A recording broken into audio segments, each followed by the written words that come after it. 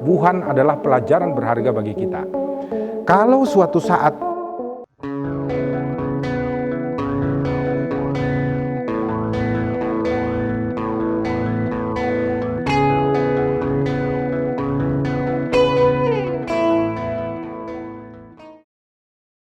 Salam Pancasila, salam Indonesia, salam sehat untuk Indonesia.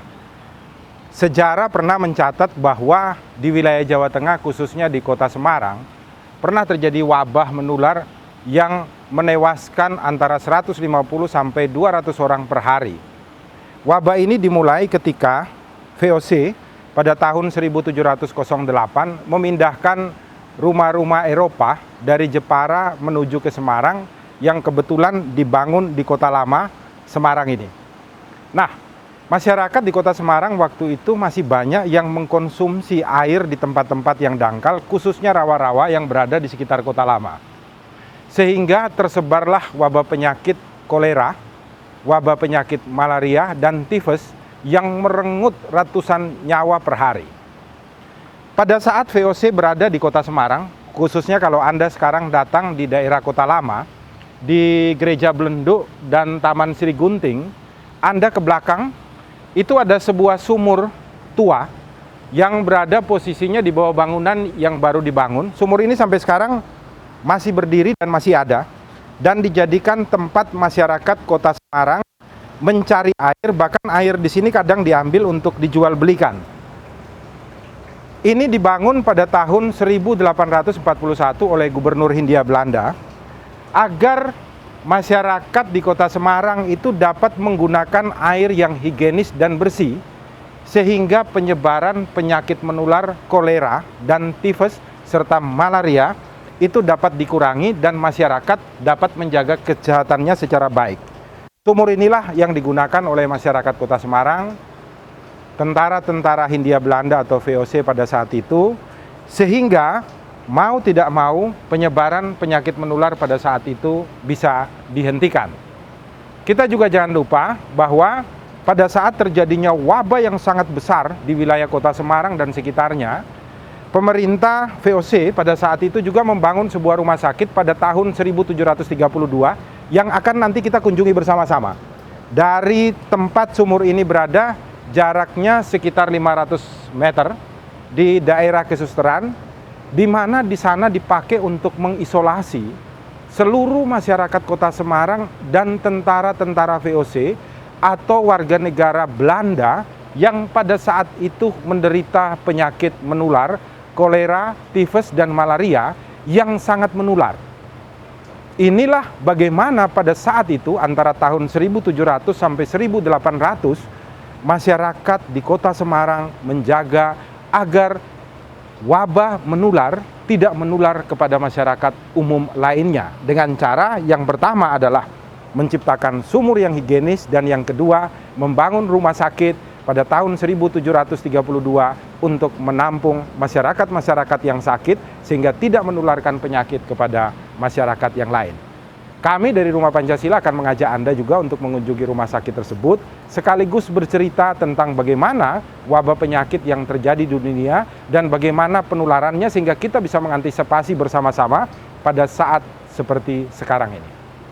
Saya akan menunjukkan pada masyarakat air bersih yang dibuat oleh sumur. Air bersih ini bening sekali, yang dibuat oleh pemerintah Hindia Belanda pada saat itu, untuk dijadikan konsumsi masyarakat kota Semarang dan juga tentara VOC, sehingga tidak terjadi penyakit menular, kolera, tifus, dan malaria. Sampai saat ini air ini sangat bersih, higienis, dan dipergunakan oleh seluruh masyarakat kota Semarang.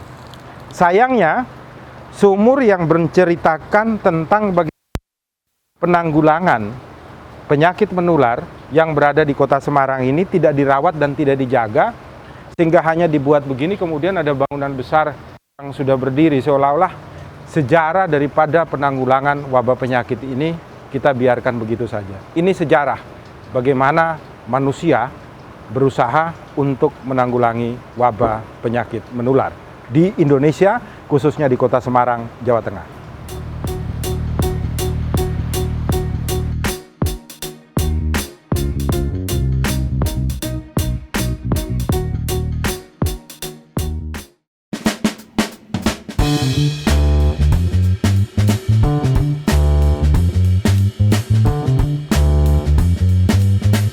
masyarakat kan bisa konsumsi di situ, jangan konsumsi air rawa supaya mereka sehat.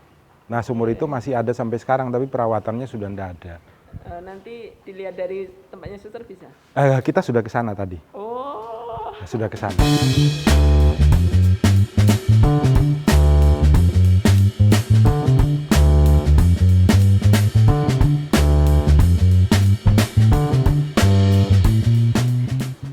Nah, jadi sahabat Rumah Pancasila, ini kita sudah berada di Susteran Fransiskan ya, di daerah Kota Lama dengan Suster Berta.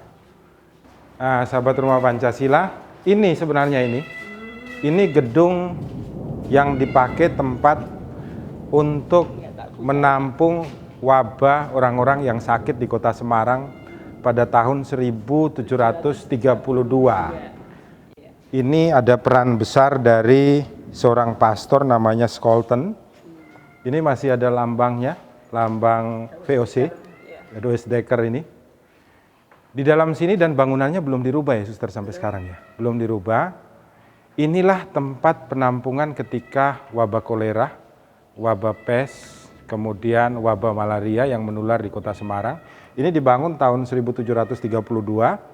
Kemudian mungkin berdasarkan penelitian para dokter Belanda pada saat itu, ternyata yang menyebabkan penyakit menular itu melalui sarana minum dari masyarakat yang ada di Kota Semarang. Karena mereka mengambil dari rawa yang dangkal di sekitar Kota Lama ini. Kemudian oleh Gubernur Hindia Belanda dibangun sumur pada tahun 1841 yang tadi kita sudah lihat sampai sekarang ada itu, sebagai tempat minum seluruh warga masyarakat di Kota Semarang. Di Jawa Tengah juga ngambilnya dari situ, termasuk untuk konsumsi tentara-tentara VOC pada saat itu, suster. Jadi kita dapat melihat penularan wabah-wabah penyakit pada saat itu lebih banyak disebabkan karena sistem perdagangan, perpindahan manusia dari satu tempat ke tempat lain, dan juga sistem-sistem perbudakan yang ada di seluruh dunia pada saat itu, suster. Nah, yang jadi masalah kemudian adalah ternyata wabah penyakit itu sudah ada sebelum Masehi. Pada saat itu kita bisa lihat di pahatan mumi-mumi di Mesir sejak Raja Ramses kelima sekitar tahun 1570 sampai dengan 1075 sebelum Masehi, itu ada gambar Raja Ramses itu digambarkan dengan penyakit cacar di mukanya. Kemudian abad 18 terjadi wabah cacar yang menghentak Eropa dan Asia. Banyak raja-raja di Eropa yang meninggal, antara lain raja di Spanyol, ratu di Inggris, kemudian ada raja dan ratu serta anak-anaknya di daerah Sri Lanka, raja di Siam, kemudian kekaisaran di Jepang, itu juga semuanya meninggal. Semuanya kita tahu ini karena perpindahan manusia dari satu tempat ke tempat lain tanpa menjaga kesehatannya secara baik ini, suster. Ini sejarah Kota Lama menggambarkan bagaimana waktu itu pemerintah Hindia Belanda mencoba kemudian merawat masyarakat Indonesia dengan cara mendirikan rumah sakit untuk mengisolasi mereka yang sakit dan dirawat sampai sembuh, dicari penyebab sakitnya, kemudian dibangunlah sumur itu untuk mencegah penyakitnya. Nah, ini menjadi perhatian seluruh dunia, termasuk kita di Indonesia, termasuk kita di Semarang. Wuhan adalah pelajaran berharga bagi kita. Kalau suatu saat terjadi sebuah wabah menular di suatu daerah, di suatu kota, di suatu negara, maka kita harus bersama-sama duduk berkumpul, kemudian menutup daerah itu dari isolasi baik orang yang keluar maupun yang masuk. Dan kemudian seluruh bangsa yang ada di muka bumi ini harus bersama-sama membantu agar masyarakat di tempat yang kita isolasi tersebut dapat disembuhkan dan mencari jalan keluar. Tidak kemudian semua pintu gerbang perdagangan, perputaran orang kita buka begitu saja sehingga penyakit akan menular kemana-mana dan kita menjadi sulit untuk mengantisipasi. Pelajaran ini sangat penting bagi kita semua untuk menjaga kebersamaan kita. Inilah yang dinamakan gotong royong. Oleh karena itu, Soekarno pada tahun 1960 di depan PBB pernah mengatakan, kalau seluruh dunia hidup secara gotong royong berdasarkan asas Pancasila, maka dunia akan menjadi surga bagi kita bersama. Wabah yang terjadi ini, itulah sudah diperkirakan oleh Soekarno. Dan paling tidak memberikan kita edukasi bahwa kalau suatu saat ada negara yang menyebarkan wabah penyakit, negara tersebut harus diisolasi, seluruh bangsa di dunia berupaya untuk mengamankan negara itu menyehatkan masyarakat di sana sehingga tidak menular lagi kepada kita. Dari Kesusastraan Gedangan di Kota Lama, sejarah penyakit pernah ada di Indonesia, tetapi bisa diantisipasi melalui kebersamaan kita bersama-sama.